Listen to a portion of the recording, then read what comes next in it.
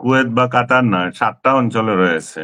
আমেরিকার জন্য খারাপ কতগুলি দুর্বল পয়েন্ট আছে। ধরেন ইরাকে তাদের সেনা আছে, সিরিয়াতে তাদের সেনা আছে। তো হুম ইরানে যদি আমেরিকা হামলা করে, সেক্ষেত্রে ইরান হুম। নিশ্চয়ই তাদেরকে টার্গেট করবে, যেটা আমেরিকা এটা এটা মানে বেয়ার করতে পারবে কিনা। এটাই তো বলছিলাম, শুধু ইরাক, কুয়েত বা কাতার নয়, 7টা অঞ্চলে রয়েছে। বাহরাইনে আছে, হ্যাঁ, ওমানে আছে, সৌদি আরবে আছে, তো এবং মিশরে আছে।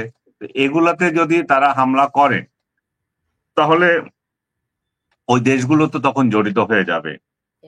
হ্যাঁ, তারা হামলা করলে এই দেশগুলো জড়িত হয়ে যাবে। দেশগুলো চাইবে না যে তারা এই ধরনের হামলা জড়িত হবে, কিন্তু বা এখানে ইনভলভ হতে। তারা মুসলিম রাষ্ট্রের প্রতি যদি এ ধরনের হয়, তারা তো সরাসরি তাদের জনগণকে জবাবদিহি করতে হয়, তখন তাদের জন্য একটা অসুবিধা হবে। কিন্তু বাস্তবতা হচ্ছে যে এর আগে যখন, আপনি জানেন, আমি ইরাক ওয়ারে যখন ছিলাম তখন আমরা দেখেছি যে আহ কাতার থেকে পুরো হামলাটা চালিত হয়েছে, এবং কাতার ছিল মার্কিন ঘাঁটি। পুরোটাই কাতার নিয়ে, মার্কিন পুরো বাহিনী কাতার থেকে নিয়ন্ত্রিত হতো। তো সে সময় কি করেছে, একটা মুসলিম দেশে তো সেই সহযোগিতা দিয়েছিল। এখনো যদি কাতার বা কিংবা অন্য কোনো রাষ্ট্র এই সহযোগিতায় চলে আসে, তাহলে এখানে কার কি করার আছে? ইরানের কি ওই শক্তি আছে যে সেটা প্রতিরোধ করবে? জি, তাই বুঝতে না? পেরেছি। কিন্তু এটা শেষ পর্যন্ত এটার পরিণতি কোন দিকে, মধ্যস্থতা কি হবে কিনা, আহ মানে এই ভয়াবহ যে যুদ্ধ এখন চলছে, এই থামার লক্ষণ আছে কিনা। আপাতত কোনো থামার লক্ষণ নাই, যদি না আমেরিকা ওই ধরনের প্রেসার দেয় দুই পক্ষকে, যে বসো, টেবিলে বসে এটা সমাধান করো। এবং আমেরিকার ইচ্ছা যে সে একটা নাকে খত দেওয়া ধরনের চুক্তি ইরানের সঙ্গে ইসরায়েলের করবে, যাতে করে ইসরায়েল প্রটেক্টেড থাকে এবং ইরান যাতে তার প্রতি থাবা না দেয়। ইরান যদি বাধ্য ইরান কি হয় সেটা সেটা, মানবে? ইরান কি সেটা সেটাই মানবে? বলছি।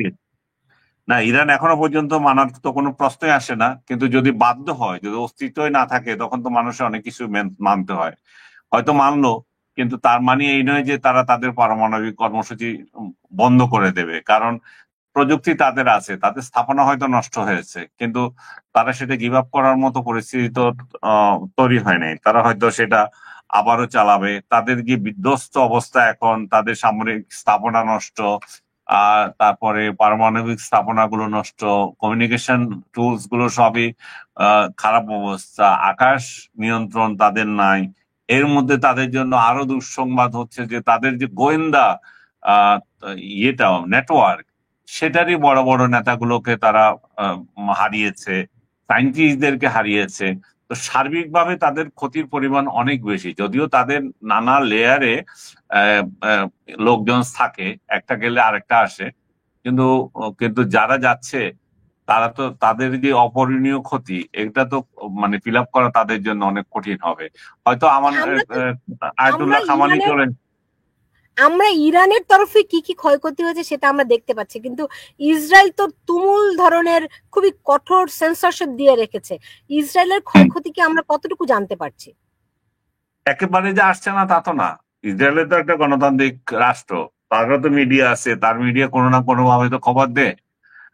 তো সেই খবরে যদি আমরা দেখি, তাহলে সেখানেও তো কম না। ইভেন আপনি দেখেন যে সাইরেন বাজলে এই যে আতঙ্ক, এটাই তো সবচেয়ে বড় জিনিস ইসরায়েলের জন্য। যে গত 2টা বছর তারা গাজার লোকদেরকে কি হারে নিঃশেষ করে দিয়েছে। হ্যাঁ, যে যে নিঃশেষ করেছে তার ফিলিংস তো তারা পাচ্ছে এখন। একজনের ফিলিংস পাচ্ছে না যে এই মানুষগুলো কত আতঙ্কে ছিল, কিভাবে ছিল। এরা ওই ওই ভোগ হয়তো করবে না, কারণ এদের তো সবই আছে, রাষ্ট্র তাদেরকে সবাই দিচ্ছে। কিন্তু এই ফিলিংস, আতঙ্কের যে ফিলিংসটা, কিভাবে মানুষগুলো বেঁচে ছিল, সেটা তো একটু পাচ্ছে, সেটা তো অস্বীকার করতে যাবে না। সমরাস্ট্রের দিক থেকে, ক্যাপাসিটির দিক থেকে ইরান তো ইসরায়েলের চেয়ে অনেক উন্নত, অনেক অগ্রসর। তবু তারা কেন পেরে উঠছে না? না, তারা অগ্রসর হলো। আপনি যদি খেয়াল করেন, তাদের প্রথম রাতেই তো তাদেরকে যেভাবে আক্রমণ করা হয়েছে, সেটা হচ্ছে যে বিমান দিয়ে করা হয়েছে, যুদ্ধ বিমানগুলো তো এত বেশি তাদের ইসরায়েলের। আর ইরানের তো ওই ক্ষেত্রে কিছু নাই। ইসরায়েল, ইরান যেগুলো করছে সেটা হচ্ছে দূরপাল্লার মিসাইল মারছে, এবং সেটাই তাদের এখনো পর্যন্ত বড় শক্তি। আর তাদের এয়ারবেস তো কমপ্লিট ধ্বংস বলা যাবে না, বা ধ্বংসের মুখোমুখি। তাদের আকাশে প্রতিরোধ ক্ষমতা যেটুকু ছিল সেটা নষ্ট করে দিয়েছে। তাদের বিমানবন্দরগুলোকে টার্গেট করে করে হামলা করেছে, যেখান থেকে আহ ক্ষেপণাস্ত্র মারবে সেসব জায়গাগুলোকে হামলা করেছে। তাদের তো একটা ঝরঝরিত করে ফেলছে বিভিন্ন বিভিন্ন টার্গেট গুলো। এবং ইসরায়েল কম্পিউটারাইজড একটা ওয়ার করছে বলতে পারেন আপনি। তারা যে সমস্ত জায়গাগুলোতে টার্গেট করছে, ইরানও টার্গেট করছে, কিন্তু সেই টার্গেট তাদের সফল হতে খুব ঝামেলা হচ্ছে আর কি। ইভেন এটাও তো আমি শুনছি যে তাদের যে আহ তারা যে ক্ষেপণাস্ত্র মারছে এগুলো জর্ডান দিয়ে যে যাচ্ছে, যে জর্ডানও হয়তো প্রতিরোধ করছে। তো সবকিছু মিলিয়ে আহ আহ, যুদ্ধে তো ইয়ে আছে। তাদের যে আপনি যে বলছিলেন যে তারা অনেক আপার হ্যান্ডে আছে, তাদের অনেক অস্ত্র আছে, আমি মনে করি না। সেদিক থেকে তারা ইসরায়েলের সঙ্গে পাল্লা দেওয়ার মতো অস্ত্র তাদের নাই। এরপর যদি আমেরিকা কোনোভাবে যদি যুক্ত হয়, তাহলে তো আর প্রশ্নই আসে না যে এখানে ইরান শক্তভাবে দাঁড়াতে পারবে। কিন্তু বিষয়টা হচ্ছে ইরান তো আর গাঁজা না যে একেবারে মিশে যাবে।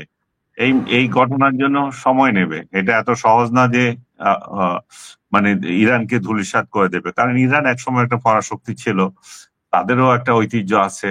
ইরান একটা বড় দেশ, তাদের সম্পদও আছে, একেবারে নাই তা না।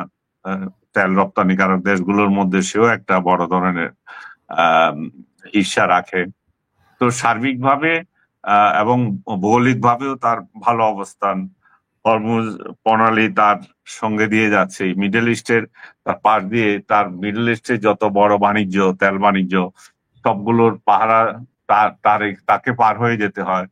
তো সবগুলো মিলায় ইরানকে প্রকাশ্যে শত্রুতায় শুরু করবে, সৌদি থেকে শুরু করে আদার্স, সেটাও যেমন পারা যাচ্ছে না, তেমনি ইরানকে মারছে সেটা নিন্দা না করলে তাদের জনগণও ক্ষিপ্ত হতে পারে।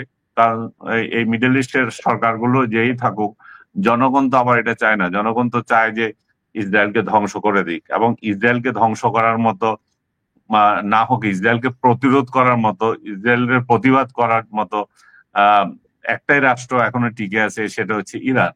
ইসরায়েলের বড় আকাঙ্ক্ষা হচ্ছে ওই অঞ্চলে প্যালেস্টাইনকে মুছে দেবে। এখানে প্যালেস্টাইনদের সে মানে 0% ইয়ে করে না, ক্রেডিট দিতে চায় না, বা তাদেরকে স্কোর দেবে না। তাদের ইচ্ছা যে পুরো অঞ্চলটাতে তারা ইসরায়েলি বসতি করবে এবং ইসরায়েল রাষ্ট্রের আরো বসতি বাড়াবে। এবং সেই সেই সেই পরিকল্পনা অনুযায়ী ইভেন এখনো পর্যন্ত তারা গাজাতে হামলা করছে। আপনি সর্বশেষ দেখেছেন কি জানি না, 69-70 জনের মতো যারা ত্রাণ এলাকায় যেখানে দিচ্ছে সেখানে এই মারা হয়েছে, এই ইভেন আজকেও। তো সার্বিকভাবে যদি আমি বলি, তাহলে তেহরানের পজিশন প্রতিরোধমুখী, কিন্তু তারা এখন মানে নতি স্বীকারের অবস্থায় নেই। কিন্তু বাস্তবতা হচ্ছে যে এই অবস্থা যদি চলতে থাকে তারা কতদিন টিকতে পারবে সেটা একটা বড় প্রশ্ন। আবার আর ক্ষেপণাস্ত্র প্রতিরোধ ক্ষমতা যদি কমে যায় ইসরায়েলের, তাদের পক্ষেও একটা বড় হুমকি দেখা দিচ্ছে। যদিও তারা আকাশ পথে আরো অতিরিক্ত শক্তি নিয়ে ইরানকে মানে বারবার হামলা করতে পারে, তাদের সেই শক্তি রয়ে গেছে। তাদের সেখানে প্রতিরোধ করার, আমি যেটা আগে বলেছিলাম যে শক্তিটা ওইভাবে ইরানের নাই। ইরানের আপনি যদি খেয়াল করে দেখেন, পুরো জেনারেলদের বা সেনাবাহিনীর সেনাপ্রধান থেকে শুরু করে বড় একটা অংশ যারা এখানে নেতৃত্ব দিবে তাদেরকে শেষ করে দেওয়া হয়েছে। তাদের সায়েন্টিস্টদের বিরাট একটা অংশ যারা নেতৃত্ব স্থানীয় তাদেরকে শেষ করে দেওয়া হয়েছে।